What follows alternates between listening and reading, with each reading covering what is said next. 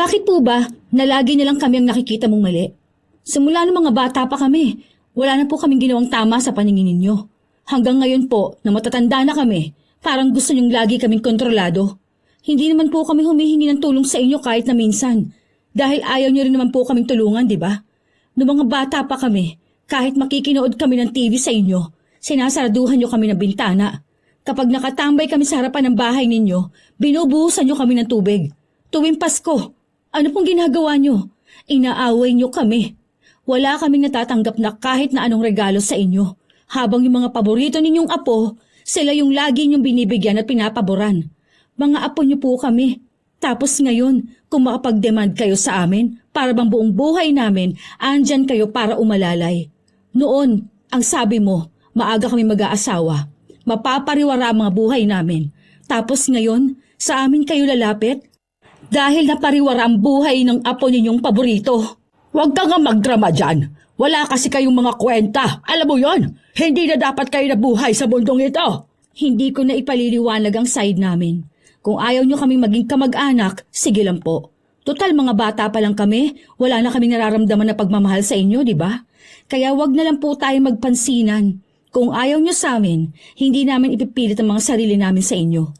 Hindi ko po alam kung bakit hindi nyo kami tanggap na apo ninyo.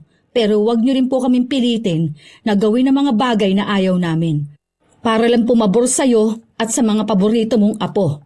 Kaya alam kong hindi kayo pagpapalain dahil masasama naman talaga ang mga ugali ninyo. Kung ano mang mangyayari sa buhay ninyo sa mga susunod, tama lang yun sa inyo dahil wala kayong kwenta. Sige, maging mayabang kayo ngayon at huwag tulungan ng mga pinsan ninyo. Nang makita natin kung hanggang saan kayo dadalhin niyang pag-aakala ninyong matataas na ang lipad ninyo. Mga langaw na nakapatong lang naman sa ibabaw ng kalabaw.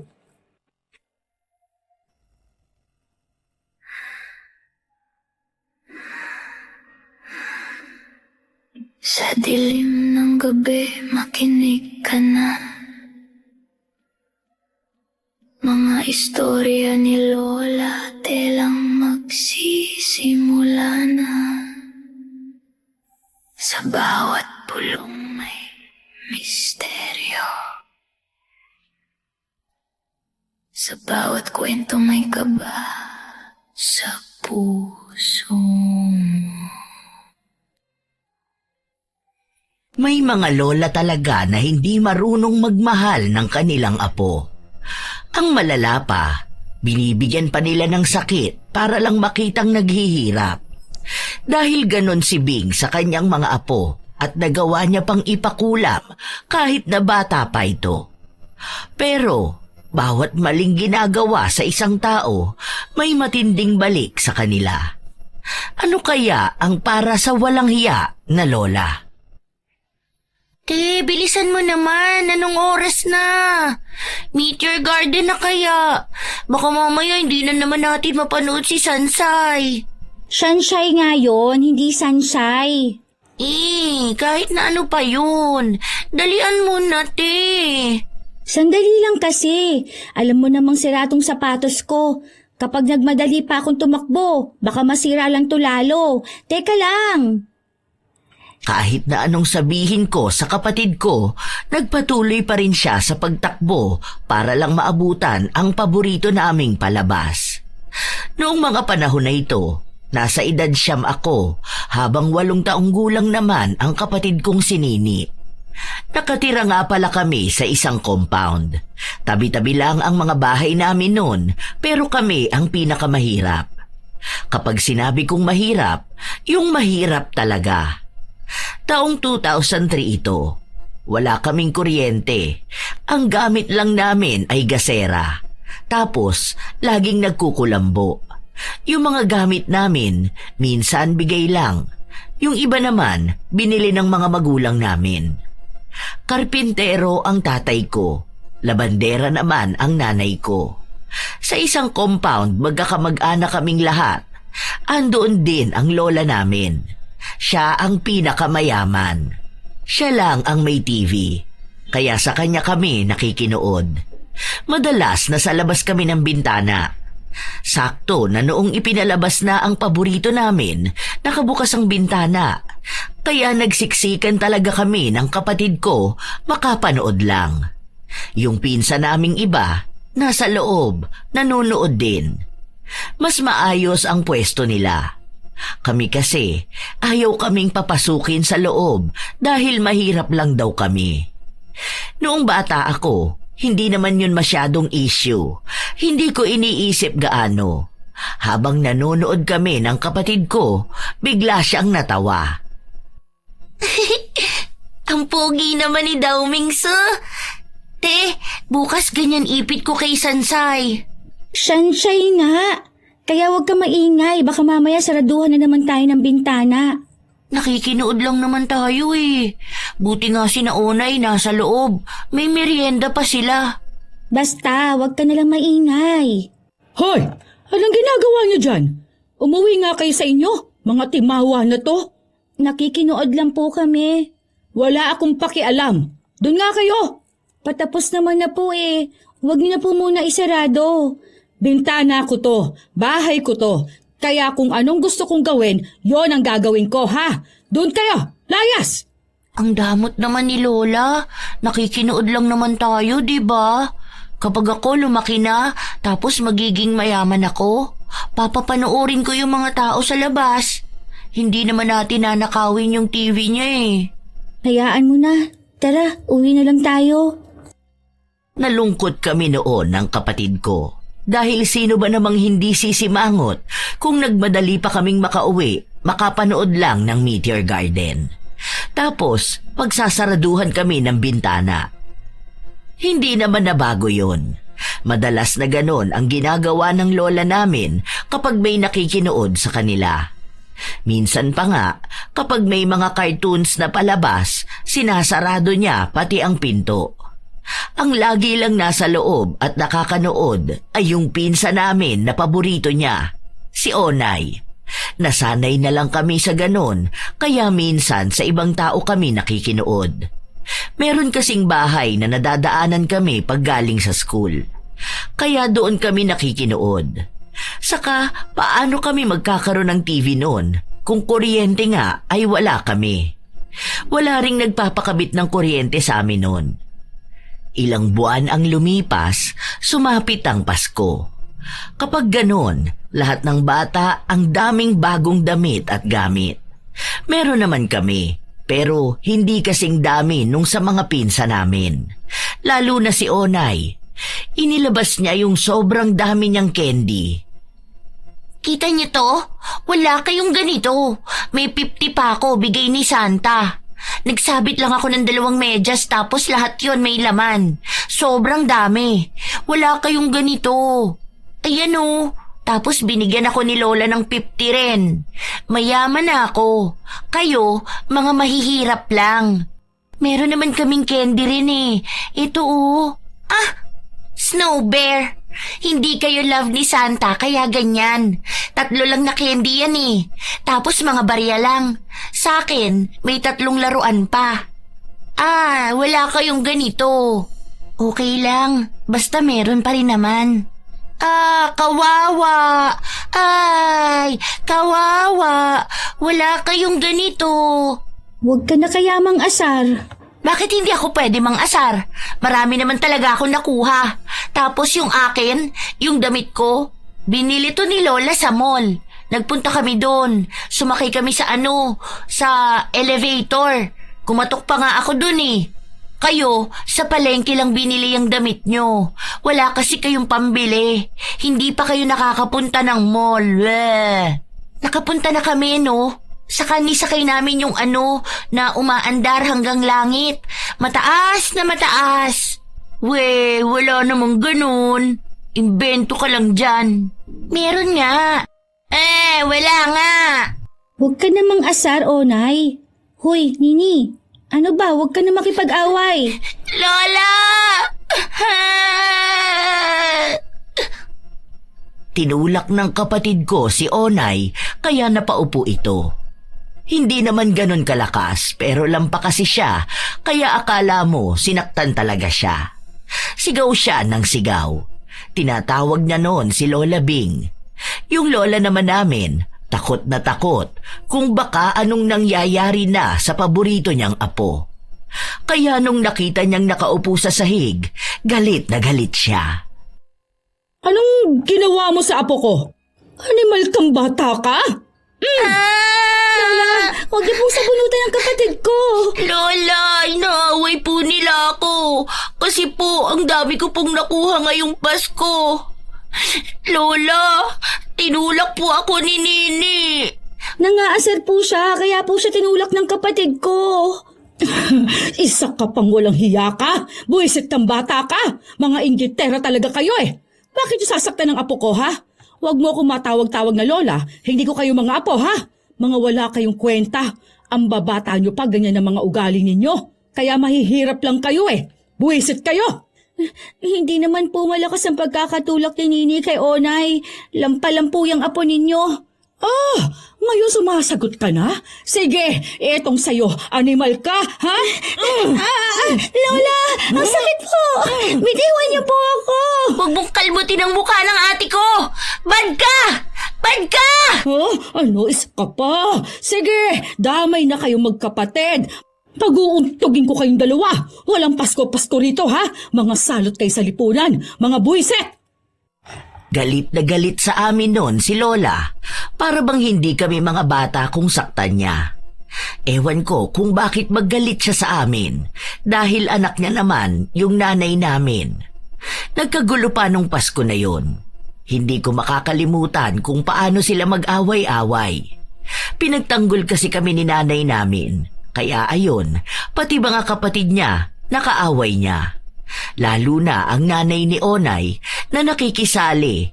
Hindi naman niya alam ang dahilan kung bakit nagkaroon ng awayan. Kaya tuwing Pasko, lagi kaming nasa loob ng bahay. Hanggang sa ilang Pasko ang lumipas ni hindi namin binabati ang mga kamag-anak namin, lalo na ang lola namin.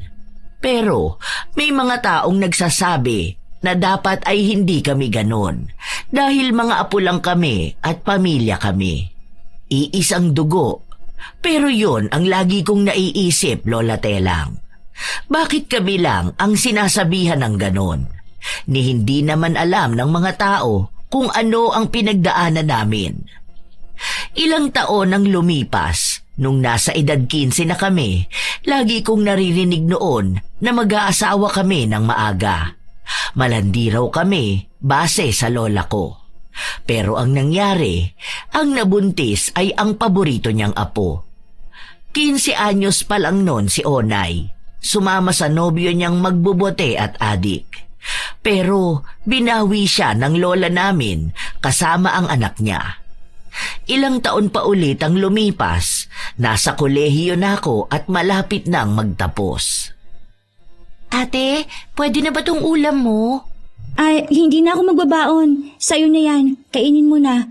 May ulam pa ba sina mama at papa? Oo, meron pa naman ate. Itinabi ko naman na yung para sa kanila. Anong kakainin mo mamaya? Di ba may trabaho ka pa? Birthday nung manager namin. Sabi niya magdadala siya ng handa. Okay na ako. Iyon na lang yan. Ay, oo nga pala ate. Ako rin mag-a-apply na ng trabaho. Hindi na. Ano ka ba? Ako nang sagot dyan sa pag-aaral mo. 1 taon na lang, graduate na ako. Kaya umayos ka dyan, ha? Sinasabi ko sa'yo, mahirap mag-aral. Tapos sasabayan pa ng trabaho. Mag-focus ka sa pag-aaral mo. Magpapascholar ka naman. Kung ikaw nga nakaya mo eh. Nahihirapan nga ako, kaya nga ayokong mahirapan ka. Sige na, aalis na ako. Ay, ano to? Dumi ba to ng aso? Parang tumain na naman yung anak ni Onay dyan. Talagang sa sapatos mo pa. Hindi dinidisiplina ng nanay eh. Paano? Puro landi. Mamaya pagsasabihan ko yan. 20 anyos na noon si Onay, pero 3 na ang anak niya mula sa iba't ibang lalaki. Pero lahat ng iyon pasanin ng lola namin. Dahil nga siya ang paborito, ni hindi siya nakapagtapos ng sekundarya. Hindi na rin siya nagtuloy mag-aral, wala rin siyang trabaho. May bago siyang kinakasama ngayon, pero mukhang adik din. Minsan pa nga, narinig ko yung lola ko at si Onay na pinag-uusapan ako. Pinagkakalat pa nila na nag-a-addict daw ako. Nagpalaglag din daw ako ng bata para matawag lang na dalaga. Bakit kailangan niyo pa po akong siraan sa mga tao? Anong sinisiraan? Hindi kita sinisiraan sa kahit na sino, ha? Narinig ko po kayo. Sinasabi niyong nagda-drugs ako. Hindi pa po ba sapat sa inyo na hindi niyo kami tinuturing na pamilya? Aba, talaga namang hindi ko kayo kapamilya. Kaya ganyan ang nangyari sa apo mo eh. Hindi mo hinayaang mabuhay ng tama. Lampa kasi. Kaya lagi kang nakaalalay. Kung titingnan kaming dalawa niya ni Onay, malalaman na agad ng ibang tao kung sinong nagda-drugs sa aming dalawa. Kayong anak, iba-ibang tatay. Ngayon buntis na naman. Hindi na nga maalagaan yung mga anak. Ay, ang kapal na mukha mong sabihin dyan, ah. Bakit? May napatunayan ka na ba sa buhay mo? Marami na po. Ako po yung nagpakabit ng kuryente namin. Ako pong nagpapaaral sa sarili ko at sa kapatid ko. May trabaho ako, nag-aaral ako, mas matino naman po ako kaysa sa pinagmamayabang mong apo. Isa pa, nalampasan ko yung sinasabi ninyong mag-aasawa ako ng maaga. Ngayon, sa apo ninyong paborito na punta ang lahat. Ay, wala ka pa rin kwenta, ha? Mahirap lang kayo. Hanggang dyan ka lang. Yan lang mismo yung buhay na meron kayo. Hindi na kayo makakaangat kahit na kailan. Kaya huwag kang umasta dyan na para bang antayog ng mapupuntahan mo. Hindi ko na po ipagyayabang yon. Pero sa mga pinagdaanan namin sa buhay, ipapakita ko sa inyong lahat na hindi lang kami hanggang dito.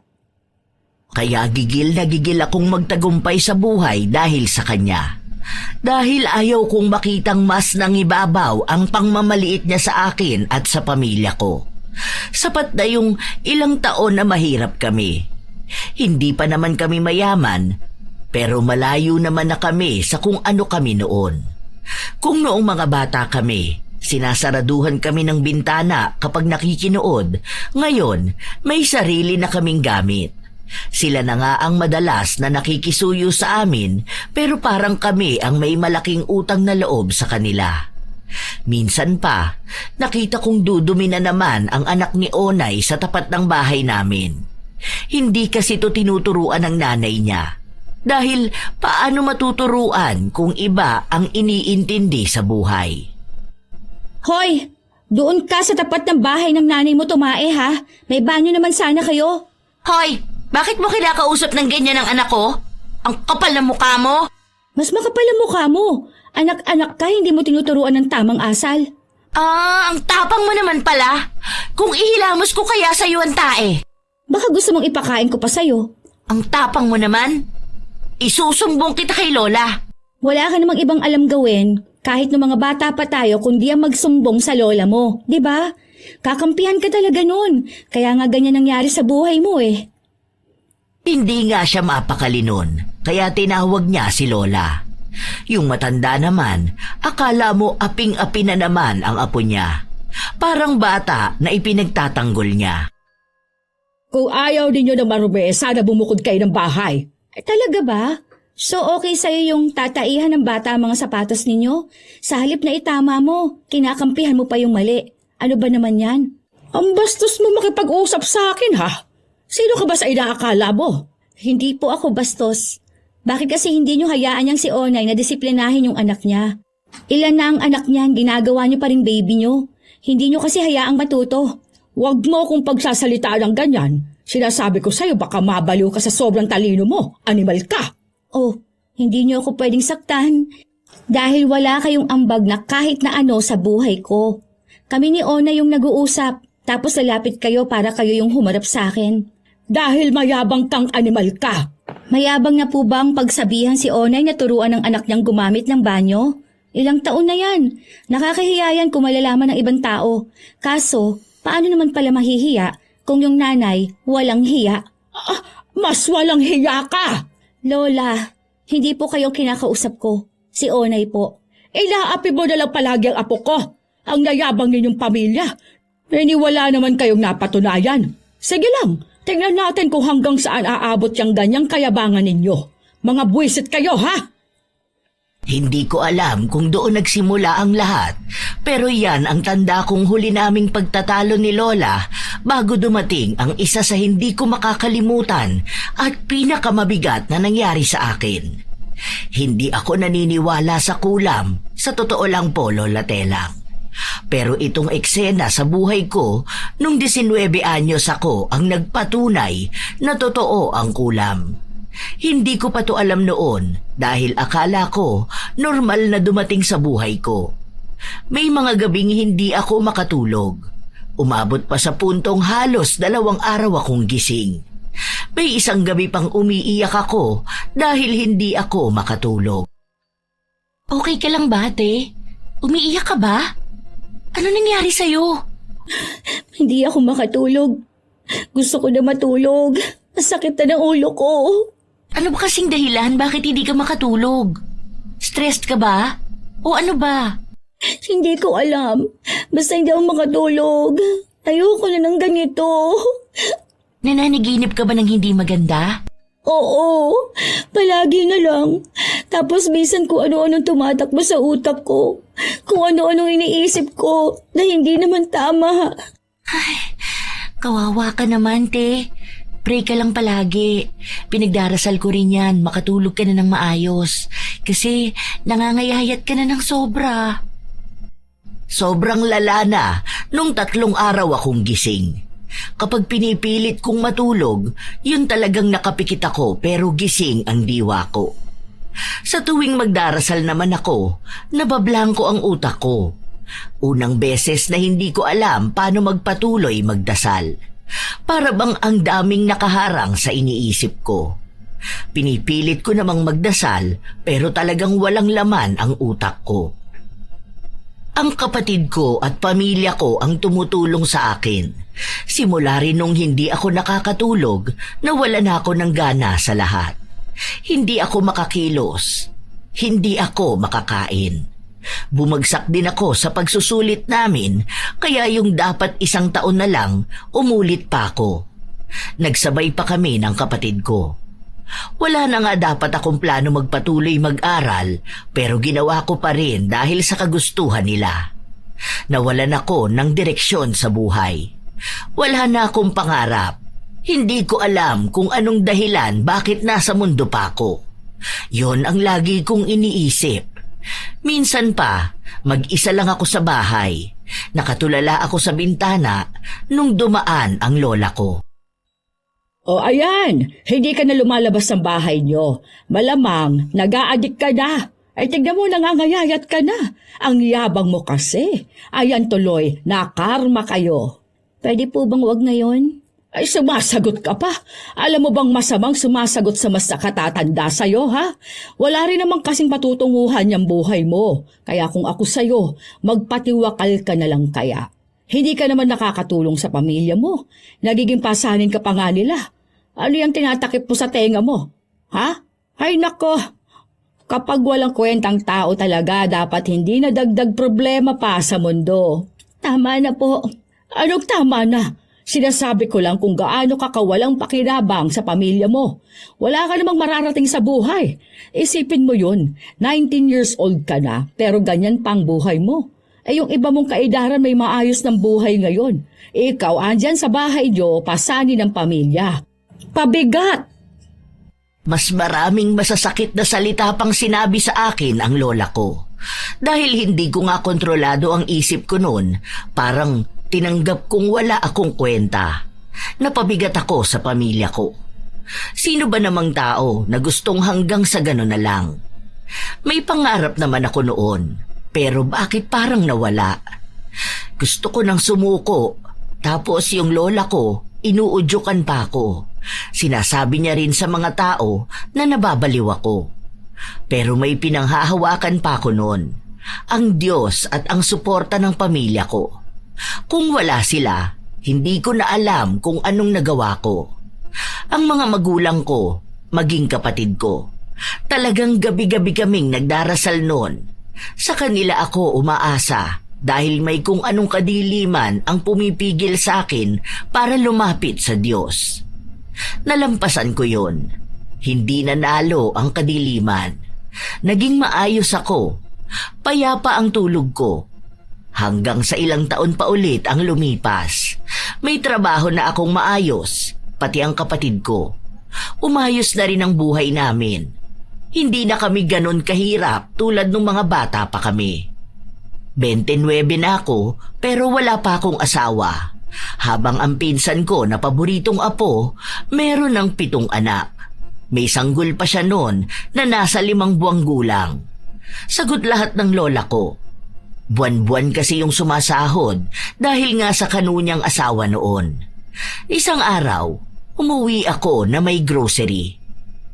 Ay sis, hindi mo malang magawang tulungan ang pinsan mo. Ano ka ba naman? Tulungan po? Bakit ko naman po tutulungan si Onay? Malamang, magkamag-anak kayo. Tapos parang hindi niyo ako lola.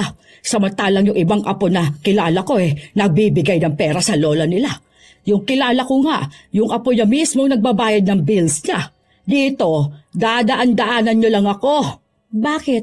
Hindi po ba kayo tinutulungan ni Kuya Victor? Di ba, siya po ang kasama niyo dyan sa bahay niyo? Yung mga nakikinabang po ng sweldo niyo? Yung mga paborito niyo pong apo? Wala talaga ako maaasahan dyan sa pamilya ninyo. Mga wala kayong utang na loob. Meron po ba dapat? Alin po ba doon? Kasi po kung iisa-isahin po natin, wala po akong maalala. Baka po kayo may naaalala. Baka pwede niyo pong sabihin sa akin kung ano ba yung mga yon. Ganyan talaga ang mga mahihirap. Kaunting ahon sa lusak, hindi na makaalala. Ayos lang. Sanay naman ako sa ganyan. Ilang beses naman na akong lumapit sa inyo, pero kayo itong nagpapakita ng parang wala lang kami. Paano? Mukha kasi kayong pera at wala kayong mahihita doon sa isa ninyong kaanak. Kaya ganyan na kayo aasta. Aba, hindi mo alam na malaki ang balik dyan sa inyo? Kapag masamang ugali, mabilis yan lapitan ng karma. Huwag na po tayo maglokohan dito, Lola. Hindi mo po kami tinuring na apo mo. Kahit na minsan po, hindi po namin naramdamang mahal ninyo kami. Kaya sana naman po, wag ninyong ipamukha sa akin na para bang lahat ng meron kami ngayon, hindi namin magagawa nang wala kayo. Bastos na bunga ang abo Wala naman kayo kung hindi ko binuhay ang nanay ninyo. Excuse me po, paraan po ako. At wala po akong balak makipagbilangan ng naitulong sa inyo. Hindi ko na siya pinansin nung mga panahon na yon dahil lagi naman niya akong kinokonsensya. Na mas may kakayahan daw ako, bakit hindi ko tulungan si Onay? Hindi na kasi nakapag-aral ang mga anak niya. Tapos, may sakit pa ang bunso. Naghahanap sila ng taong tutulong at bubuhay kay Onay dahil wala ngang asawa pero ang daming anak. Sa akin nila gustong ipapasan ang responsibilidad dahil kamag-anak naman daw. At sa amin, ako lang yung walang asawa at anak. Yung kapatid ko naman, may nobyo na siya, saka balak na nilang magpakasal sa susunod na taon. May bahay na rin sila. Bibihira na lang silang magpunta sa bahay. Pero nung araw na yon, sa bahay matutulog si Nini. Yang lola mo dun, nagtatanong sa akin kung anong sustento pwede kong ibigay kay Onay. Bakit? Tatay ka ba ng mga anak nun? Yun na nga sabi ko. Tsaka, para namang kasalanan ko pa ngayon kung bakit ang dami nung anak. Kung hindi naman sana niya kinonsinti nun. Saka ang dami niyang pera, di ba? Saan naman napupunta yun? Sa bisyo ni Onay. Hindi na nga yun tumigil magdroga. Nakita ko nga yun nung nakaraan kausap si Kuya Bong. Alam na yun, bibili na naman. Nag-chat nga sa akin yun nang hihiram ng pera dahil hinihika yung anak niya. Tapos lumang picture yung pinapadala sa akin. Kailangan daw ng anak niya. Baka kamo kailangan niya para sa bisyo niya. Alam mo si Lola, hindi na yun nagbago, no? Noong mga bata tayo, sinasaktan niya tayo. Naaalala ko noon, binato niya sa akin yung timba tapos pinalo niya ako ng tabo sa ulo dahil akala niya ako yung kumuha ng pagkain ni Onay. Ang lalaki yan ang pinagdaanan natin sa kanya. Buti nga nakatiis pa tayo eh. Hindi na ba talaga kayo aalis dito, ate? Ibenta niyo na ang bahay. Ang toxic na, hindi na kaya pagtiisan yan. May bagong generation na ng mga toxic. Nagpaplano na ako. Hindi ko palang sinasabi kay na mama. Huwag ka maingay ha. Kasi ayaw umalis ni mama dito eh. Kasi parang mamimiss niya ang bahay. Pero kapag pwede nang lumipat ng bahay, tsaka ko sasabihin sa kanya. Kumuha ako dyan sa village. Nice one! Dami ng pera ng ate ko ah. Samantalang dati walang pambili ng tsinelas. Tapos sinira ni Ona yung bigay na sandals ni Santa. Tapos ikaw pa pinagalitan ni Lola. Naalala ko na naman yun. Hello Kitty yun eh. Paborito niyo kasi yun, kaso ayaw kong ibigay. Sinira niya tapos siya pa yung umiyak. Pasko rin yun, no?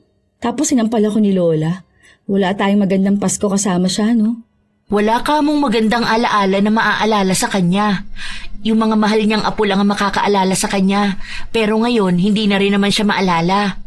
Paano? Kung di naging adik, nakulong naman dahil magnanakaw. Yung tayo pang hindi niya mahal ang naging matagumpay kahit paano. Nasobrahan kasi sila sa pagmamahal.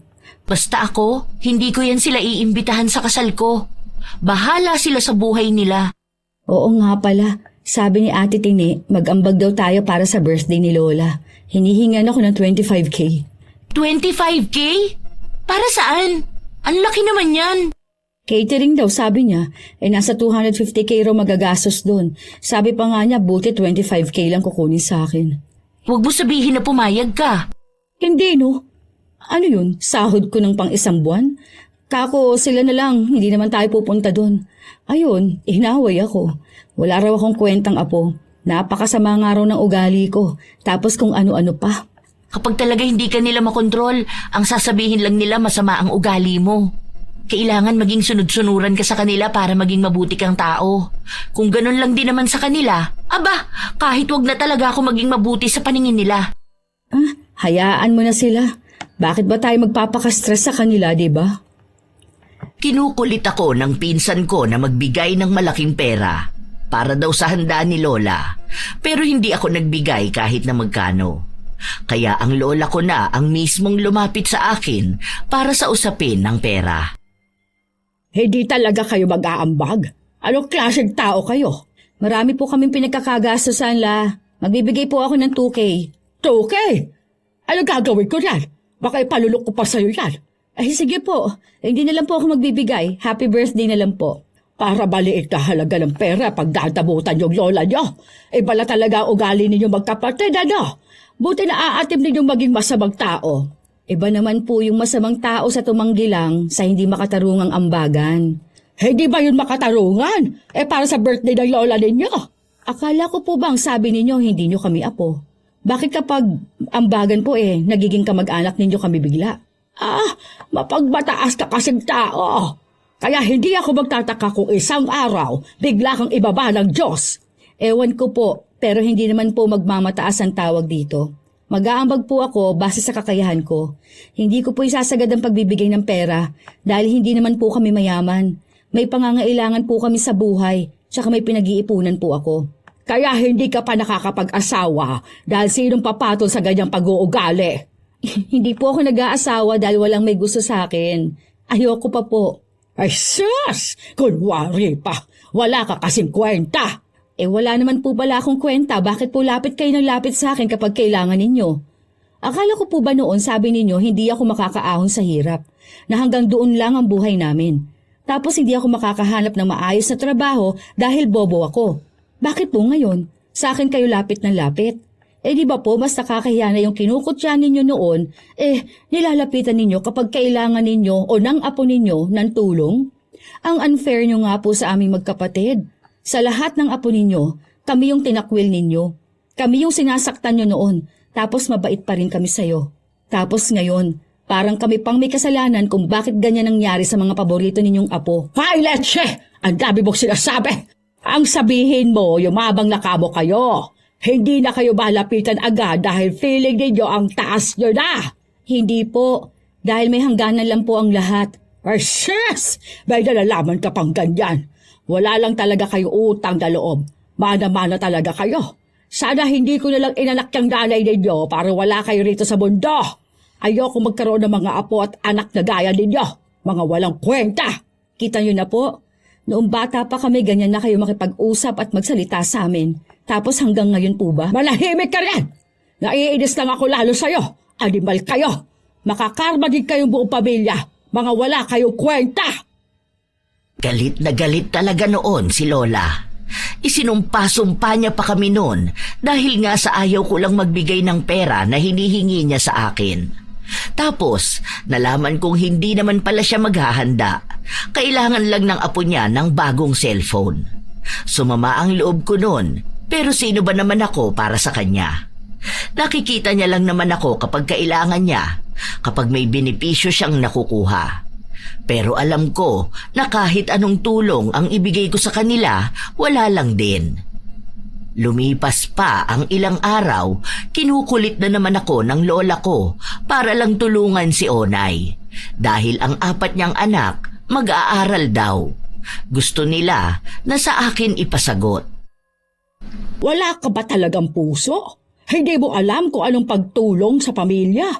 Buti pa yung inaanak mo, balita ko'y binilhan mo ng gamit sa eskwela.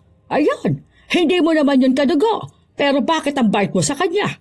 Samantalang yung tunay mong pamangkin, pinapabayaan mo lang. Iba naman po kasi yun, Lola. Yung sa inaanak ko, bigay ko lang po bilang tulong ko. Yung hinihingi niyo naman po sa akin, sobra naman po eh. Gusto niyo pong akong magpaaral dun sa 4 na anak ni Onay. Tapos ang gusto niyo, yung sa private pa, para naturuan at matutukan. Ano bang akala niyo sa akin?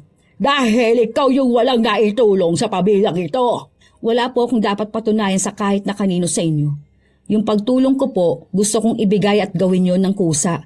Hindi po yung pipilitin ninyo ko. Dahil kayo po, kahit na minsan, hindi ko naman po kayo pinilit noon, di ba? Noong mga panahong naghihirap kami ng kapatid ko na mag-aral, ako po yung nagtatrabaho para lang makapagtapos kami. Kahit minsan po, hindi po kayo nagbigay sa amin kahit na ang laki po ng sahod ninyo. Eh, iba naman kasi yun. Dahil may mga magulang kayo. Silang dapat nabubuhay sa inyo. Oh, may magulang din naman po yung anak ni Onay. Andyan siya. May bago siyang asawa, di ba? Andyan naman kayo. Kung sana po hindi niyo siya kinonsinte na maging mahina, hindi sana ibang taong nilalapitan at pinipilit ninyong magpaaral sa 4 niyang anak. Kaya pasensya na po kayo, hindi ko po kayo tutulungan. Kung gano'n lumayas na kayo sa bahay na ito, ibebenta ko ito para ibigay sa mga apo ko. Sa pagkakatanda po namin, amin po itong bahay na to. Binayaran po ito ni na mama sa inyo. Ipinangutang pa po nila para mabayaran kayo nung panahong ginigipit ninyo sila. Pinagawa na rin namin to ng papel, kaya wala kayong magiging habol. Ang yabang mo talaga! Sana malasin ang buhay ninyo para bumagsak kayo! Yun naman po talaga ang gusto nyo, di ba? Yung makita pong bumabagsak kami. Dahil yun pong nagpapasaya sa inyo. Hindi nyo kami mahal bilang mga apo ninyo.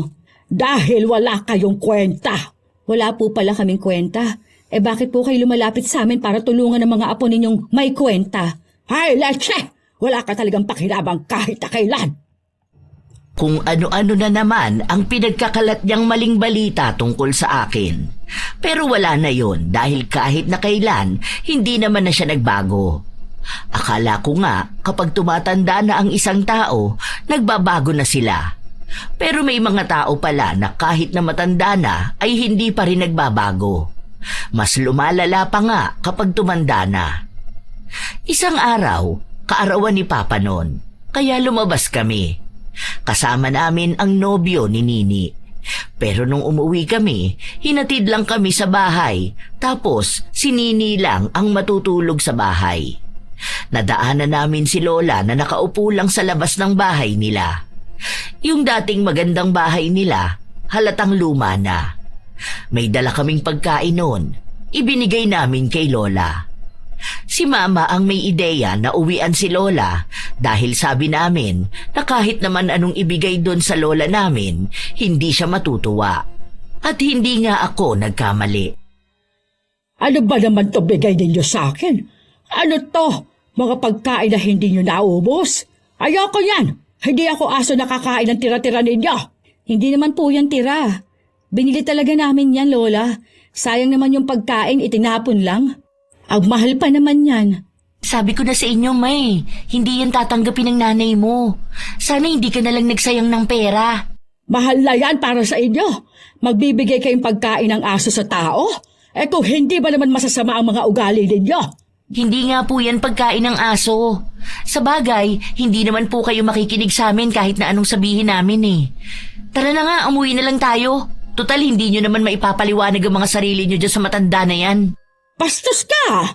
Wala kang respeto sa nakatatanda sa'yo! Napakayabang mong babae ka! Lagi naman pong pangit ang ugali namin.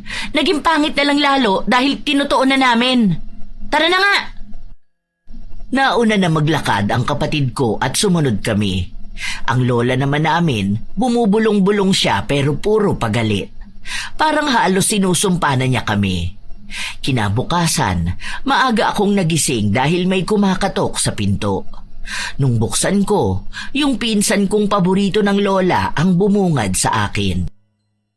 Bakit? Anong kailangan mo? Hindi ba kayo magbibigay ng sustento kay Lola? Anong sustento? Matanda na yung tao. Walang pambili ng gamot niya tapos hindi man lang kayo magbibigay. Ano ba naman pag-uugali yan? May sahod at benefits na nakukuha si Lola, di ba? Oh, nasaan na yun? Bakit mo hinahanapan? Anong akala mo sa napupunta ang pera ni Lola? Malamang tinutulong niya sa amin. Eh di dapat yun ang gamitin niyang pambili ng gamot niya. Kaya nga siya may benefits para dun. Huwag mong hanapin yun. Nagtatanong ako kasi kung makapunta ka naman dito at makapag-demand, para namang kailangan kang sundin. Ganyan na ba talaga kasama ang ugali mo? Hindi ka marunong lumingon? Ang taas ng tingin mo sa sarili mo ah. Alam mo, kung kailangan ninyo ng pera at kami ang bubuligligin ninyo, tigilan nyo na. Ano ba? Bitiwan mo ako! Ang sakit na sa bunot mo sa akin! Aray! Ano ba? Oh, Nay! Hindi kita bibitawan. Ako, inis na ako sa kayabangan mo. Sariling lola mo, ganyan kayo makipag-usap. Ang bait nung tao.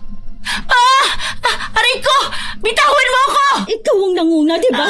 Ngayon lang kita papatulan. Wala akong pakialam kahit na sino pang magalit. Wala akong karapatan na saktan ako. Ganon ha? Nagpang-abot talaga kami ng pinsan ko. Kapag hinihila niya ang buhok ko, mas hinihila ko ang kanya. Talagang sinisigurado kong aabot hanggang anit niya ang sakit. Ewan ko kung maraming nalagas na buhok sa kanya. Pero naririnig ko na sa bawat sabunot ko sa kanya, umaangat talaga ang anit niya. Ilang minuto pa ang lumipas, mukhang nakita kami ni Lola dahil maging siya nakisabunot sa akin. Maya-maya pa, dumating naman ang kapatid ko. Si Onay naman din ang sinabunutan niya. Hinila niya rin ang buhok ni Lola nung sinabunutan siya. Akala ko hindi na matitigil ang awayan na yon. Pero yung isa sa tiyuhin ko ang umawat sa amin. Pumagit na siya. Walang iya kayo magkapatid? Pinagtulungan ninyong apo ko! Anong pinagtutulungan? Kayo nga yung pinagtutulungan ng ate ko. Imbis na umawat ka, sinabunutan mo rin siya. Paanong hindi aawayin niyang si Lala? Napakasama ng ugali niyan. Minamaliit niya ako. Hindi kita minamaliit, ha? Ikaw ang nagpunta sa bahay para magtanong dyan tungkol sa pera na hinihingi mo. Nagsabi lang ako na may benefits naman si Lola. Kita nyo na! Ha? Masama talaga ang ugali ninyo magkapatid. Concern lang sa akin ang apo ko dahil kayong dalawa lang yung walang pakialam sa akin. Hindi nyo na nga ako gustong tulungan. Sinasagot nyo pa ako ng ganyan. Pangangatuwiran lang po, Lola. Huwag mo ko malola-lola! O di sige, Bing. Nini, Bakit siya naman na nagsabi ah. Nakita mo na ang kabastosan mong ganyan. bakit po ba lagi na lang kami ang nakikita niyong mali? Simula ng mga bata pa kami, wala na po kaming ginawang tama sa paningin ninyo. Hanggang ngayon po na matatanda na kami, parang gusto ninyong lagi kaming kontrolado. Hindi naman po kami humihingi ng tulong sa inyo kahit na minsan, dahil ayaw niyo rin naman po kaming tulungan, di ba? Noong mga bata pa kami, kahit makikinood kami ng TV sa inyo, sinasaraduhan ninyo kami ng bintana. Kapag nakatambay kami sa harapan ng bahay ninyo, binubuhusan ninyo kami ng tubig. Tuwing Pasko, ano pong ginagawa nyo? Inaaway nyo kami. Wala kaming natatanggap na kahit na anong regalo sa inyo. Habang yung mga paborito ninyong apo, sila yung lagi ninyong binibigyan at pinapaboran. Mga apo nyo po kami. Tapos ngayon kung makapag-demand kayo sa amin, para bang buong buhay namin andyan kayo para umalalay. Noon, ang sabi mo, maaga kami mag-aasawa. Mapapariwara ang buhay namin. Tapos ngayon, sa amin kay lalapit dahil ang napariwara ang buhay ay yung apo ninyong paborito. Huwag ka na nga magdrama dyan. Wala kasi kayo mga kwenta, alam mo yon. Hindi na dapat kayo nabuhay sa mundong ito. Hindi ko nipapaliwanag ang side namin. Kung ayaw ninyo kaming maging kamag-anak, sige lang po. Total mga bata pa lang kami, wala na kaming naramdaman na pagmamahal sa inyo, di ba? Kaya wag na lang po tayo magpansinan. Kung ayaw ninyo sa amin, hindi namin ipipilit ang sarili namin sa inyo. Hindi ko po alam kung bakit hindi nyo kami tanggap na apo nyo. Pero wag nyo na rin kami pilitin na gawin yung mga bagay na ayaw namin. Para lang pumabor sa'yo at sa mga paborito mong apo. Kaya alam kong hindi kayo pagpapalain dahil masasama naman talaga mga ugali ninyo. Kung anumang mangyayari sa buhay ninyo sa mga susunod, tama lang yun sa inyo dahil wala kayong kwenta. Sige, maging mayabang kayo ngayon at huwag tulungan ng mga pinsa ninyo nang makita natin kung hanggang saan kayo dadalhin yung pag-aakala ninyong matataas na ang mga lipad ninyo. Mga langaw lang naman na nakapatong sa ibabaw ng kalabaw. Lagi na lang kami yung langaw. Kung nasa naman kami ngayon, kami lang din naman yung naghirap para maabot to. Kahit walang suporta nyo. Isa pa yun, wala na nga pong suporta. Lagi nyo pa kaming hinihila pababa. Gusto nyo yung nakikita kaming mas mababa sa mga apo mo. Huwag ninyo akong paandaran ng mga ganyan. Alam naman naming hindi kami pakikinggan, pero nakakasama talaga ng loob. Hinayaan na lang namin si Lola dahil wala naman na kaming magagawa kung ang tingin niya sa amin ay masama. Hanggang sa isang araw, nakita ko siyang sumisilip sa bahay namin. Nung tinanong ko siya, nagulat pa siyang nasa likod niya lang ako. Ano bang ginagawa mo dyan?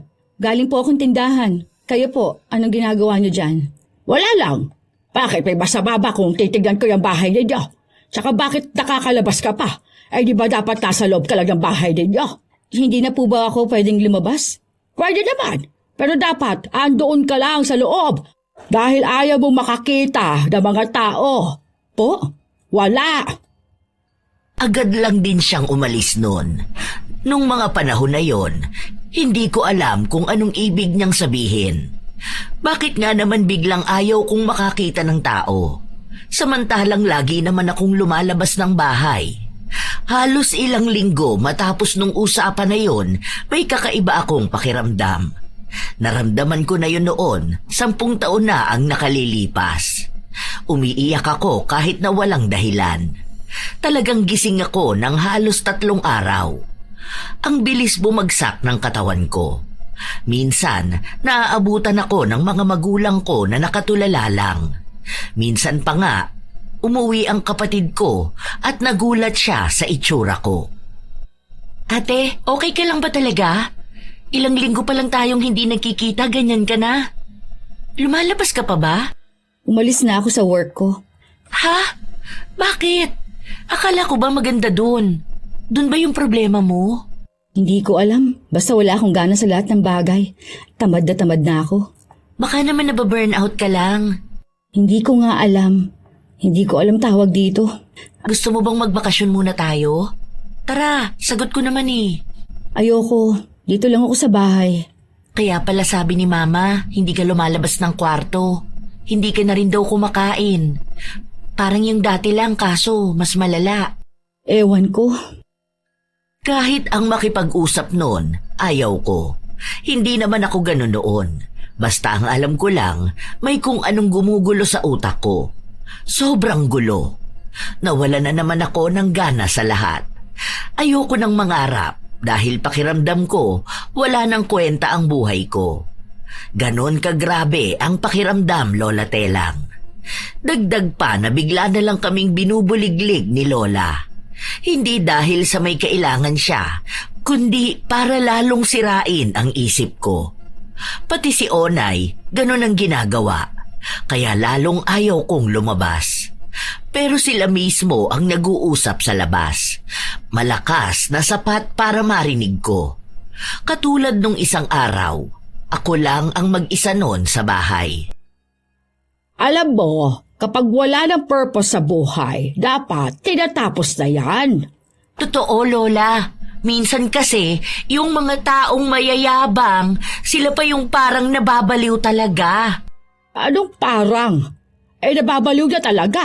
Yung mga feeling matatalino yan eh. May kilala nga akong ganyan. Oo nga, iba pa naman kapag karma na ang tumatama sa kanila. Kahit na walang pangalan, alam kong ako yung pinariringgan nila. Dahil kahit na hindi nila sabihin, sinasadya talaga nilang lagi akong nakakarinig ng ganong salita. Aaminin ko, ang laking epekto nun sa akin. Dagdag pa na ang daming bumubulong sa utak ko. May mga pagkakataon pang gusto ko na talagang sumuko, pero hindi ko ginagawa dahil sinusuportahan ako ng pamilya ko. Yung kapatid ko, umuwi sa bahay. Doon daw muna siya titira dahil kailangan ko raw siya. Kung hindi ko raw siya iniwan noon, mas hindi niya ako iiwanan ngayon. Hindi mo to kinain, te. Ako pa naman nagluto niyan. Wala nga akong gana kumain. Hindi pwede yan, ate. Sobrang payat mo na, oh. Ayoko nga sinabi, bakit bang kulit mo? Hindi ka ba nakakaintindi? Nagagalit ka ba? Paano hindi kasi maiinis sa'yo, hindi mo maintindihan kung ano yung sinasabi sa'yo? Pinapakain lang naman kita dahil hindi ka nga kumain kagabi. Sa ayaw ko nga. Huwag mo nga akong pakialaman. Umalis ka na lang kasi dito sa bahay. Simula nung umuwi ka, lahat na lang ng gusto mo kailangan masunod. Kapag sinabi kong ayoko, ayoko nga. Lagi na lang kaming nag-aaway ng kapatid ko dahil ayaw ko nang pinipilit ako kapag hindi ko gustong gawin ng isang bagay. Pero kahit na lagi ko siyang inaaway, hindi niya ako pinabayaan. Lagi niya akong ipinagdarasal. Habang ako, blanko na naman ang utak ko. Kapag nagdarasal ako, ang daming boses na humaharang sa utak ko. Talagang pinipigilan akong makalapit sa Diyos. Alam kong may mali na doon. Isang beses pa, linggo noon, isinama ako ng mga magulang ko sa simbahan. Kahit na anong gawin ko, talagang wala akong maintindihan. Naiiyak na ako noon dahil iniisip ko na baka nga pinarurusahan na ako. Na baka naging masamang tao ako. Na baka dahil ayaw kong tulungan ng pinsan at lola ko, nakakarma na ako.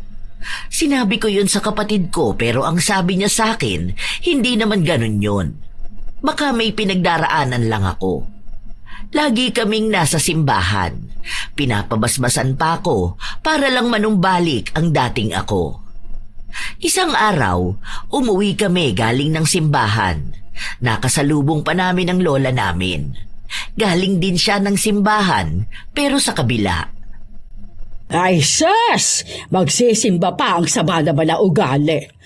Anong akala mo papanigang ka ng Diyos matapos mo kaming apihin? O ayan, may sakit ka na ata, kaya hindi ka na nakakalabas ng bahay niyo. Nangangayayat ka na rin, ang pangit mo na. Nakikita mo na nga na may sakit yung tao. Anong pakialam ko na ba sa animal na yan? Kagagaling ko lang sa simbahan, sinusubok na agad ako. Ay ano ka pa? Tingin mo ba pakikinggan ka rin kung maitim naman yung budhi mo at masama ang laman ng puso mo? Nakakapasok ako ng simbahan, ibig sabihin, mabuting tao ako. Si Judas nga nakasama pa sa huling hapunan eh. Hoy, animal ka! Anong akala mo sa akin, si Judas? Wala ako sinabi na ganyan. Sus! Dapat dalawa na lang kayo ng ate mo ang ganyan. Hayaan mo sa susunod. Dalawa na kayo. Maghintay ka lang. Wala talagang magandang bagay kapag ikaw ang nagsasalita. Wala kang dulot. Pinagtitinginan tayo ng mga tao. Nakakahiya na. Tara na, umuwi na tayo. Nakakahiya talaga, ah! Nakakahiya mga ugali nyo. Buti na lang kahit paano nakakaramdam ka pa ng hiya. Kahihiyan ka naman kasi talaga. Kayong buong pamilya. Papatulan na sana ng kapatid ko ang lola namin, pero pinigilan ko siya. Gusto ko na talagang umuwi. Hindi ko alam kung marami bang taong nakatingin sa amin, pero pakiramdam ko ang daming mga mata. Parang lahat pa sila kinukutya kami na para bang napakasama talaga naming tao. Ilang linggo pa ang lumipas, naging mas malala. Hindi na ako nakakatulog. Kapag naman nakakatulog ako, ang daming masasamang panaginip. Nawawala na nga ako sa katinoan ko. Umaabot pa sa punto na nakakakita ako ng kung ano-ano. Hindi ko alam paano nagsimula, basta bigla na lang sinabi ng kapatid ko na baka naman daw kinukulam ako. Naniniwala ako sa ganon, pero hindi ko naman naiisip na mararanasan ko yun mismo. At sino naman ang gagawa? Hindi kami lumapit noon sa albularyo. Ang ginawa ng kapatid ko, inaya niya akong mamanata. Yun bang lagi kaming magdarasal buong pamilya sa loob ng isang linggo sa kaparehas na oras. Noong nasa ika-4 na araw na kami, tuwing sasapit ang oras ng panata, lagi kaming ginugulo ni Lola. Malalaman niya yon kasi patay ang ilaw sa buong bahay noon. Sunod-sunod siyang kakatok at tatawag ng kung sino sa amin, pero kapag ganon, ang sabi sa akin, wag na lang papansinin. Sila ang nagdarasal para sa akin dahil nga blanko na ang utak ko noon. Inaalis ang anumang demonyo na nakakapit sa akin. Mukhang pinipigilan ng lola ko na lagi kaming magdasal. Hanggang sa dumating ang isang araw na bigla akong nagising. Ang gaang ng lahat. Ang gaan ng buhay at ng pakiramdam ko. Naging malinaw na ulit ang utak ko. Kilala ko na ulit ang sarili ko. Wala nang mga bulong na humaharang kapag nagdarasal ako. Kaya ko na ulit kausapin ang Diyos. Kaya malaking pasalamat ko sa pamilya ko na hindi nila ako iniwan para makaya ko ito. Nung isang buwan ang lumipas at may trabaho na ulit ako, balik na naman ang lola ko sa pangungulit sa akin. Ano? Nakauwi ka na pala. Buti naman, hindi ka ba magbibigay ng pera sa pinsan mo? Kailangan niya dahil na ospital siya. Kasi simula ko lang po sa bago kong trabaho. Hindi po ako makakatulong. Wala pa akong sasahurin. Sinungaling ka! Imposible naman na wala kang pera. Meron po akong pera pero ipon ko po yun. Hindi ko po pwedeng basta yun galawin. Tsaka malaki pong gastos ko nung nawalan ako ng trabaho at nagkasakit ako. Nakita mo na, hindi ka na sana gumaling para hindi ka na nakaahon sa hirap. Kaya kung ano-ano nangyayari sa'yo dahil hindi ka marunong tumulong sa mga taong nangangailangan. Buwisit ka talaga. Sana bumalik yon tapos huwag ka nang gumaling. Tinalikuran ko lang ang lola ko habang nagsasalita siya. Alam kong kabastusan yon, pero pagod na ako. Isa pa, ayaw ko naman na araw-araw na lang na magkikita kami, sinusumbatan niya ako ng kung ano-ano, kahit na wala naman siyang naitulong sa akin. Isang araw, may kaibigan ako na nagpasama sa akin na magpunta sa albularyo dahil nabati raw siya ng engkanto sa ilog na niliguan nila. Nung sinamahan ko siya, nagulat ako sa sinabi ng albularyo, kaya nung nagkita kami ng kapatid ko, agad kong sinabi sa kanya. Sinong albularyo ba? Hindi ko naman kilala yon. Pero doon kasi yun papasok sa San Galedo. Bandang dulo pa. Kasi wala naman sakyan doon Dapat doon may sarili or may service kayo. Yun talaga ang sinabi sa'yo? Na may kumulam sa'yo? Oo, sinamahan ko lang naman si Jane. Tapos bigla niya raw nakita sa akin na ganun. Ang galing nga First time ko lang din kaya magpunta sa albularyo. Tapos ganun pa. Hindi nga lang daw yan yung unang beses. Parang bata-bata pa raw ako nung unang pinakulam ako. Tapos yung ngayon daw. Pero mas malala lang daw tong ngayon. Kasi parang gusto na raw ako mamatay. Natakot nga ako Tapos naikwento ko sa kanya yung ginawa natin para gumaling ako. Ayun nga ang sabi niya na mabuti na lang daw may pamilya akong nakakaintindi sa akin at sama-sama raw natin nilabanan yung kulam sa pamamagitan ng paglapit sa Diyos. Hala, kinikilabutan naman ako ate. Naaalala ko noon, 19 ka lang ata noon, di ba? Yung ganyan din nangyari sa'yo. Tapos ngayon ulit. Nalaman mo ba kung sinong gumawa sa'yo noon? Natatakot ako. Paano kapag inulit yun? Hindi niya sinabi sa akin kung sino raw. Pero kung uulitin daw, malabo na yun matuloy o tumalab. Dahil may gabay na raw ako. Tapos, parang yun na rin yung magiging shield ng family natin. Nag-advise pa sa akin lumayo na raw ako kung saan man ako ngayon. Dahil pwede raw nasa paligid ko lang yung gumawa sa akin noon. Si Lola yan, no? Nung sinabi nga yun, siya una kong naisip Pero ayoko naman mambintang. Pero siya lang naman yung may kakayahan at may motibo na gawin yun. Kaya siguro ganyan nakalala yung karma niya, no? Hayaan na lang natin. Babalik naman sa isang tao ang mali niyang ginawa Kung lumapit siya sa kadiliman, malamang niyan kadiliman din ang lalapit sa kanya kapag gusto na siyang singilin. Grabe naman yun. Ang sama naman ng ugali niya. Wala naman tayong ginagawa na masama sa kanya, di ba ate? Pinapasa Diyos ko na nga lang yung galit ko. Ipinagdasal at nag-surrender na ako. Ayokong gumante. Bahala na ang Diyos ang gumawa nun para sa akin. Hindi na ako humiling pa ng masama para sa kanila. Pero aalis na siguro kami dito. Kulang pa kasi ng 120k yung pera ko para makuha ko na yung bahay. Ihiram kita kay Mark? Huy, wag na. Hindi pa nga kayo mag-asawa, hihiram ka na ng pera sa kanya. Tsaka wag na, nakakahiya naman. Subukan lang natin. Nakatapos na kasi yun ng malaki niyang project. Million commission niya dun. Saka babayaran mo naman siya eh. Para makaalis na kayo rito. Tama na nga yung katoksikan dito para makapag-asawa ka na rin. Paano ka kasi mag-aasawa? Hindi mo madadala dito. Ang daming mga matang nakaabang sa'yo. Sure ka bang hindi nakakaya sa boyfriend mo? Hindi yan. Kakausapin ko siya. Tapos kausapin mo rin para alam niya kung kailan ka maghuhulog. Sige nga, salamat. Talagang atat na akong umalis kami noon. Mabait ang magiging asawa ng kapatid ko. Dahil nung nalaman niyang ibibili ko ng bahay para sa mga magulang namin, ibinigay na lang niya ang pera na hinihiram ko. Sabi ko, babayaran ko naman siya kapag naibenta na ang bahay, pero hindi na niya pinabayad. Nung nakaalis na kami, ang problema naman namin ay ang pagkuha ng bahay. Kahit na may titulo kami, ayaw ng lola ko alisan. Siya mismo ang tumira doon dahil yung bahay niya, ibinigay niya sa paborito niyang apo. Pinalampas ko na muna hanggang sa matapos na lang ang kasal ng kapatid ko. Ilang buwan pa, bumalik ako doon para ayusin ang bahay dahil ibebenta ko na nga. Wala ka talagang hiya, ano? Palalayasin mong lola mo sa bahay na tinitirhan niya? Mapagtamkam ka bang tao? Buhay ka pa palang animal ka. Huwag po kayong mag-alala. Mahal po ako ng Diyos. Kaya hindi niya hinayaang tumalab ng sobra yung kulam na ibinigay niyo sa akin. Ano kulang pinagsasabi mo dyan? Kaya niyo naman po yung itangge. Isa pa, ayaw ko na rin pag-usapan. Kaya po nakikisuyo ako sa inyo. Ako na po nagsasabi na umalis na po kayo. Ayoko na pong umabot sa kung saan ito. Tinatakot mo ba ako? Ay hindi po. Pinagsasabihan ko po kayo. Kahit na kailan hindi ako aalis dito. Huwag kang makulit yan. Umalis kayo dito tapos gusto mo walang titira sa bahay na to. Umalis po kami pero hindi po ibig sabihing ibibigay po namin sa iba ang bahay.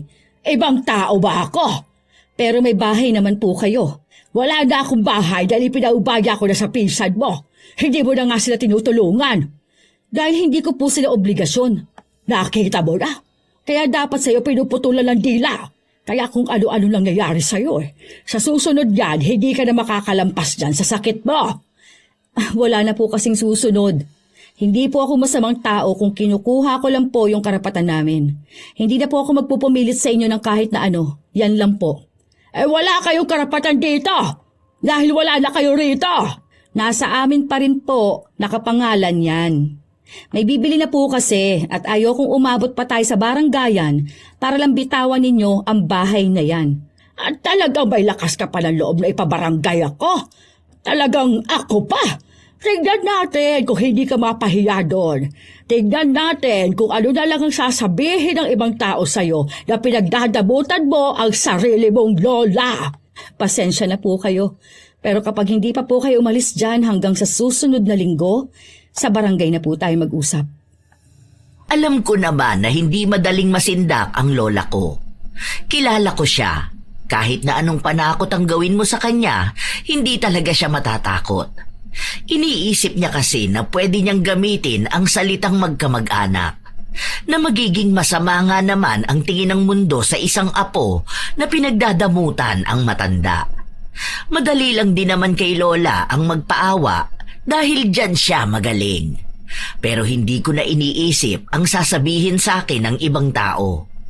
Kung nalampasan ko nga ang napagdaanan kong pangungulam ng 2 beses, siguro naman ay mapagdadaanan ko rin ang magiging pangungutya ng mga tao sa akin. Dahil alam ko na mas kakampihan nila si Lola at wala sa kanila ang aalamin kung bakit ko yun nagawa. Lumipas ang mga araw, hanggang sa dumating na nga ang pag-uusap namin ni Lola sa barangay. Pumunta siya ron na parang awang-awa sa kanya ang mga tao. Nakasuot ng lumang damit na hindi ko naman alam kung saan niya nakuha. Tapos, kunwari pang hindi siya makahinga. Kasama niya rin si Onay na mukha ring kawawa. Hindi ko inasahan na magsusuot siya ng lumang damit na hindi naman niya sinusuot noon. Hindi ka ba talaga naaawa kay Lola? Wag na, apo. Hayaan mo na siya. Ganyan naman na siya noon pa. Alam niyo po, hindi ko alam kung matatawa ako sa ginagawa niyo dahil pinagmumukha ninyong kawawa ang sarili ninyo. Hindi ko ginagawang kawawa ang sarili ko. Alam mo namang apo ko na mahirap at walang bahay ang lola mo.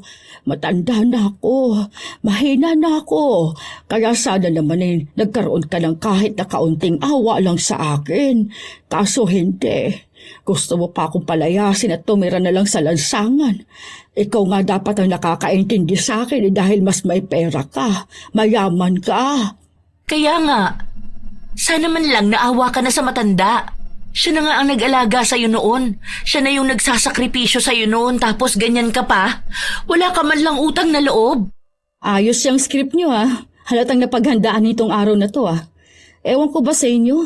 Bakit ba ganyan kayo? Seryoso na ba talaga yan? Hindi ka naaawa. Wala ka na bang puso? Hindi po ako naaawa.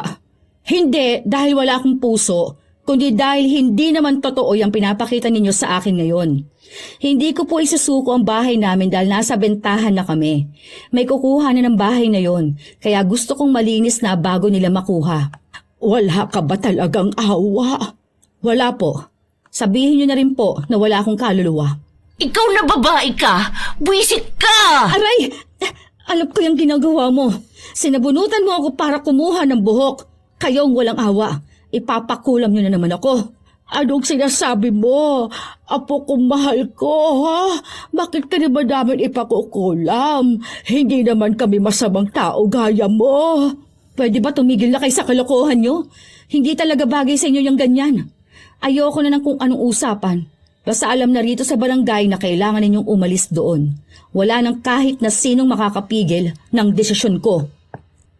Nakiusap pa ang lola ko.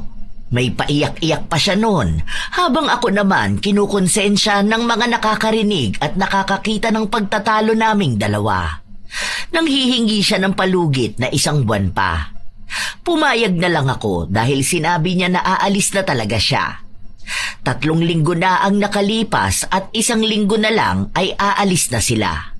Pumunta ulit ako para kausapin siya. Buhay ka pa rin? Bakit? Ano po bang pinagawa ninyo at inaasahan niyong yon ang tatapos sa akin? Ano na naman bang ginagawa mo rito? Ipapaalala ko lang yung pag-alis ninyo. Kapag hindi kayo umalis, sapilitan na kayong paaalisin dyan. Alam nyo yan, dahil pumayag kayo. Ay sus! Kung aabot ka pa hanggang next week. Mahaba pa po ang buhay ko. Sabi nyo nga po masamang damo ako, di ba? Ay hindi mo yan masasabi. Sure na po ako. Hindi na po tatalab sa akin yung pangungulam ninyo. Baka po sa iba yan bumalik. Tsaka po, sana tigilan nyo na yung ginagawa ninyong ganyan. Kasi sa totoo lang po masama yan. Lagi nyo binabanggit ang Diyos, pero sa kadiliman naman po kayo lumalapit. Huwag pong ganun, Lola. Hindi ko alam yung pinagsasabi mo na yan. Ikaw ang mapupunta yan sa impyerno. Ayoko na lang po magbitaw ng ibang salita dahil baka ako pa yung magmukhang masama. Basta po, sinabi ko na sa inyo ang kailangan ninyong gawin. Paalala ko po yun. Sana naman po sundin ninyo na lang po yun. Yun lang po. Alis na ako. Alam na alam ko na yon kung bakit buo ang kumpiyansa ng lola ko na baka hindi na umabot ang buhay ko hanggang sa susunod na linggo. Dahil malamang yan ay gumagawa na naman siya ng paraan para maipakulam ako. Kaya ipinagdasal ko na lang na huwag kaming matalo ng demonyo dahil kahit na kailan hindi mananalo ang kadiliman. Namamanata rin talaga ako na huwag yung mangyari at huwag na kaming pasukan pa ng kahit na anong gawa ng kadiliman. Hanggang sa 3 araw bago ang pagpapaalis ko kay Lola, may nabalita na parating na bagyo at ang tama nun ay sa lugar namin. Hindi pa kami masyadong natakot nun dahil hindi naman talaga naaapektuhan ang lugar namin kapag may malakas na bagyo. Pero nung tumama ang bagyo sa lupa, talagang sobrang lakas. May mga bahay na nilipad ang yero, may mga bahay naman na nagiba at kasama na sa nagibang bahay ay yung bahay namin noon kung saan naroon ang lola ko. Nagtaka nga ako dahil hindi naman yun nasisira agad. Tumama na ang pinakamalakas na lindol sa amin noon, hindi naman nagiba. Pero ngayon, biglang nawala ng pundasyon. Nung nakita namin ang bahay, talagang walang nakatayong bato kahit na isa. Giba yun hanggang sa pinakababa. Tapos ang lola ko, ang sabi niya, takot na takot daw siya noon dahil muntikan na siyang mamatay. Pero natamaan siya ng isang bato sa mukha, naapektuhan ang isa niyang mata na mukhang mabubulag na siya. Sinamahan ko pa nga si mama para puntahan ang lola ko dahil nga naaawa rin ang mama ko sa nanay niya. Pero hindi man lang nagbago ang lola ko. Napakasama talaga ng ugali niya. Buhay pa ako, kaya hindi niyo makukuha ang bahay na yan. Ano ba yung pag-aalala ninyo sa akin? Ha? Hindi niyo ako binibigyan ng pera. Kung nag-aalala kayo sa akin, bigyan niyo ako ng 100,000. Kung wala, wag na kayo mag-alala. Anong gagawin ko sa pag-aalala niyo na sana ligtas ako? Ano po ba naman yung pag-uugali nyo? Hindi man lang kayo magpasalamat na inalala pa kayo ng mama ko. Sino ba namang matutuwa kung ang inuwi niya lang sa akin ay yung prutas? Kakainin ko lang yan. Paano naman ang mga apo ko? Wala kasi kayong mga kwenta. Kaya hindi ninyo alam kung anong pangangailangan namin. Hindi kayo nag-aalala. Mga papansin lang kayo para walang masabi ang ibang tao na hindi nyo pinapansin ang lola ninyong kawawa. Hindi po namin iniisip ang sasabihin ng iba. Siguro po kaya ang bilis mag-iba ng bahay para mapaalis kayo ng tuluyan. Ayan, buti nilang po, ganun na nangyari. Mas madali at mas okay na itong maibenta para at least wala nang ibang taong nakikituloy kahit na hindi naman sana sa kanya ang bahay. Yung bahay pa ang mas inalala mo kaysa sa akin. Ganyan pa pagiging mabuting apo. Hindi ko naman po sinabi na mabuti akong apo Wala po akong inaangkin na ugali. Ang sinasabi ko lang, nakakarma na kayo. Karma? Baka pinakulam mo ko. Bakit ko naman po gagawin yun? Kayo nga pong gumagawa nun Kung may karma man po na babalik sa inyo, kasalanan nyo na po yun, hindi po sa akin. Pasensya na po kayo Pero hindi po ako mabuting tao para magpaapi lang sa isang kamag-anak. Kung ayaw ninyo sa akin, mas lalo naman po na ayoko sa inyo. Pinagkalat pa ng lola ko na ako raw ang nagpagiba ng bahay. Tinawanan ko na lang siya dahil wala naman na akong panahon para makipagtalo pa sa kanya. Hanggang sa naibenta ko na nga ang parte ng lupa, wala na silang nagawa dahil mag-asawang pulis ang binentahan ko. Mahala na sila kung yun ang aawayin nila. May hawak na titulo ang pinagbentahan ko, kaya alam kong ilalaban nila kung ano ang karapatan nila. Simula nun, hindi na kami gaanong nagkakaroon ng komunikasyon ng lola ko dahil hindi niya alam kung saan kami nakatira. Minsan pa nga, kinakausap niya ang mama ko at sinasabi na dadalaw daw siya sa bahay dahil gusto niya kaming makita at makasama, kahit na alam ko naman na ang gagawin niya. Simula nung pinakulam niya ako, talagang sinabi kong hindi na siya pwedeng pumasok sa pamamahay namin dahil baka gawin niya na naman. Nagpupumilit pa siya sa nanay ko. Isang araw, lumabas kami ng kapatid ko para maggrocery. Doon ko nakita si Lola kasama niya ang paborito niyang apo. Sahod niya ngayon, malamang may pera na namang magagamit ang apo niyang wala namang trabaho. Andito pala ang mga mahal kong apo. Pakisga si Lola. Pinagsususabi nito. Kailan mo pa kami naging paborito? At anong kiss? Ano yan? Halik ni Judas? Nagiging mabait na nga sa inyo si Lola, ganyan pa kayo. Kaya nakakarma kayo Kami pa ang nakarma ngayon. Yung asawa mo nga nakulong dahil nahulihan ng drugs. Tapos ayan, naputulan kayo ng kuryente. Tama lang sa inyo yung karma nyo dahil lumalapit kayo sa mangkukulam. Hindi niyo pa rin ba napapatawad si Lola? Mahal na mahal ko kayo, mga apo ko. Huwag na po tayo magpanggap dito sa labas. Pwede naman pong hindi pa rin tayo magkakakilalang lahat Ganun naman po yung totoong gusto nyo, di ba? Ayan, ang sasama ng mga ugali ninyong lahat. Hindi na nga kayo nagsusustento kay Lola, ganyan pa kayo. Wala talaga kayong konsiderasyon sa akin, mga animal kayo. Hindi na nga nakakakita yung isa kong mata, ganyan pa kayo. Nakita nyo na? Plastic pa rin po kayo. Ramdam po namin kapag peke ang pakikitungo ninyo sa amin. Kaya po hindi nyo na kami maloloko. Ginagawa nyo lang yan para kami ang magbayad niyang binili ng apo mo. Sana naman po, bago pa mahuli ang lahat, makita nyo kung ano ang mali ninyo. Mukhang tama nga ang hinala ko na kaya lang kami kinikibo dahil kailangan ng apo niya ng pambayad. Nung nakapila na kasi sila, marami silang iniwan, pero mas pinili pang ang bilhin ni Onay ang mga alak kaysa sa gatas ng anak niya. Kaya paano nila sasabihin sa akin na dapat sustentuhan ko ang mga anak ng pinsan ko dahil nakakaawa, habang yung nanay nila iba ang prioridad. Hinayaan ko na lang sila. Ilang buwan pa ang lumipas, sumapit ang Pasko. Yun ang unang Pasko na malayo kami kina Lola. Hindi ko alam kung anong nangyayari sa kanila. Pero malamang niyan, ibinuhos na naman niya lahat ng pera at pagmamahal niya doon sa mga apo niya. Nag-chat ba sa'yo si Onay? Nakablock ako doon. Nag-chat nga sa akin. Blinak din ako doon tapos in-unblock niya ako ngayon kasi may kailangan siya. Bakit? Ano bang sabi niya? Kailangan daw ni Lola ng 50K ngayong Pasko. Bigyan daw natin. Palibhasa, hindi niya nagawang paghirapan ng pera, kaya akala niya ganun lang yun kadaling makuha nun. Iyon nga ang sabi ko sa kanya. Bakit sa atin hihingi ng ganun kalaki eh? Di ba nga may benefits na nakukuha si Lola? Lahat yun silang nakikinabang kahit mga bata pa lang tayo. Tapos ngayon kumakahingi naman sila, akala mo talagang tayo yung nakinabang. Hindi ko talaga makakalimutan ng bata pa tayo. Talagang wala tayong pera noon, tapos wala tayong bagong damit, wala tayong pagkain, wala tayong kahit na ano. Wala ring bigay si Santa.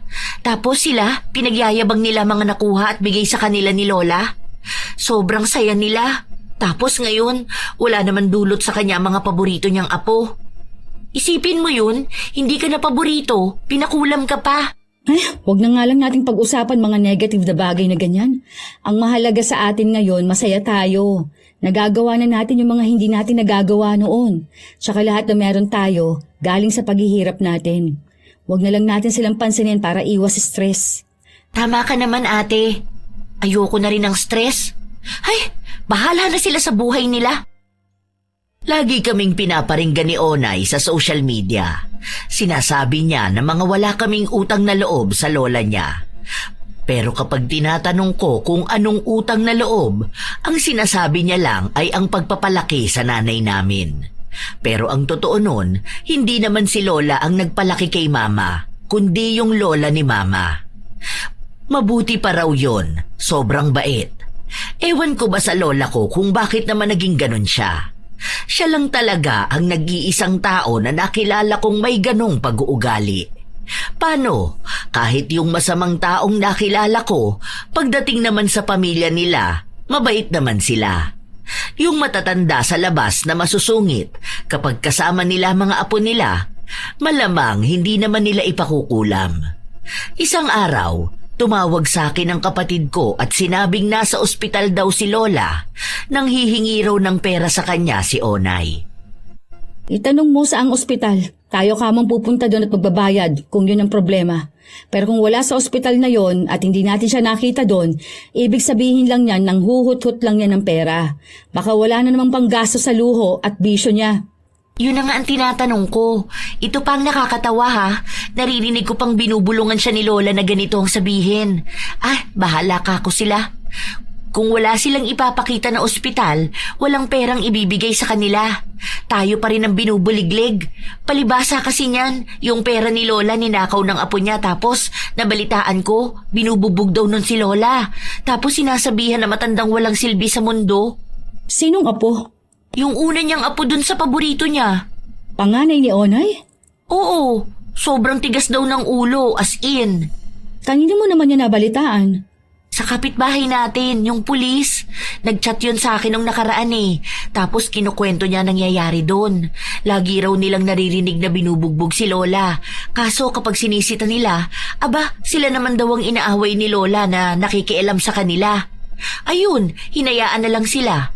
Ang gulo din ng utak ni Lola eh.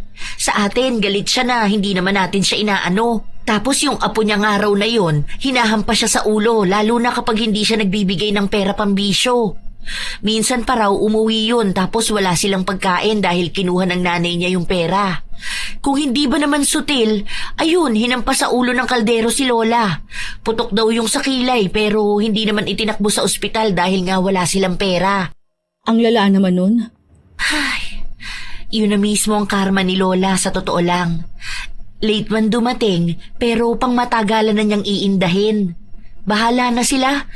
Dapat hindi na nila tayo binubuliglig. Kaya siguro nanghihingi ng pera yon dahil kailangan ng apo niya o mismong si Onay. Ang gulo ng buhay nila. Ginusto nila yun eh. Kaya simula nun, kahit na anong gawin ni Lola, hindi talaga namin siya tinutulungan.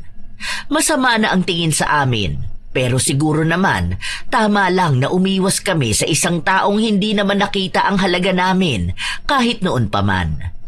Ni hindi nga kami nakakarinig ng paghingi ng tawad mula kay Lola. Lagi ko na ring nababalitaan na nambubugbog nga yung apo ni Lola.